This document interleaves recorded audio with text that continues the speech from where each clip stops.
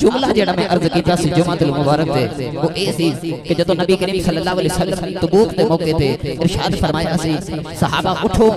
اسلام دی مدد کرو، اٹھو اسلام دی مدد کرو۔ عثمان غنی رضی اللہ تعالی عنہ نے پہلے 100 اونٹ دیتا، پھر 200 دیتا، پھر 300 اور دیتا، سنے سامان۔ پھر میرے نبی کریم صلی اللہ علیہ وسلم نے فرمایا اور اسلام دی خدمت کرو۔ عثمان غنی گھر گئے، مفتی احمد یار خنیمی گجراتی رحمت اللہ علیہ نے میرات المناجیح دے اندر لکھیا، فرماتے ہیں کہ عثمان غنی گھر گئے 100 اونٹ تے 200 اونٹ تے پھر 300 اونٹ، ٹوٹل 600 اونٹ بن دے۔ لیکن جدو دین دی واری آئی تو مفتی صاحب فرماتے ہیں کہ اس وقت عثمان غنی نے 950 اونٹ دیتے، مننے 600 دیتے 950 سخا۔ پھر میرے نبی نے فرمایا اور لے کے آؤ تے درہم تے دینار دی تھیلیاں لے کے آئے۔ تو نبی کریم صلی اللہ علیہ وسلم منبر ختم نبوت تے جدو او تھیلیاں دے وچوں درہم تے دینار نکالے نا تے اج کر کے ہتھاں تے اٹھیل رہے تے نبی کریم صلی اللہ علیہ وسلم نال منبر دی سیڑھیاں پہ اتردے نے تے نالے پتہ کی فرما رہے اج تو بعد عثمان تو اسلام دی خدمت کیتی ہے، اج تو بعد تیرا کوئی عمل تینوں نقصان نہیں پہنچا سکے گا، تیرا کوئی عمل تینوں نقصان نہیں پہنچا سکے گا۔ محدثین مفسرین نے ادا ترجمہ علماء نے انج نکالیا کہ اج تو بعد عثمان گناہ بھی کرے تے رب ان کو دا بھی اجر عطا فرماوے گا۔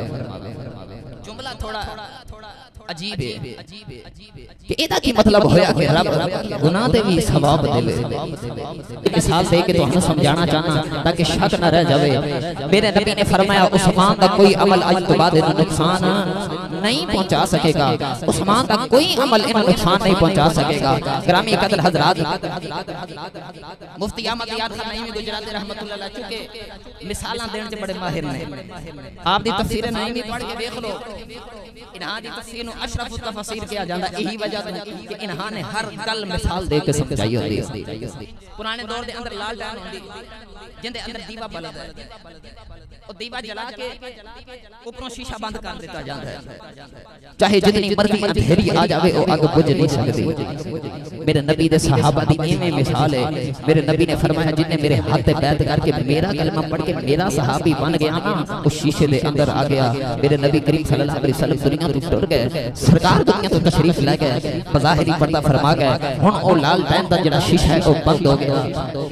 کوئی اندھیری، کوئی طوفان، کوئی شیطان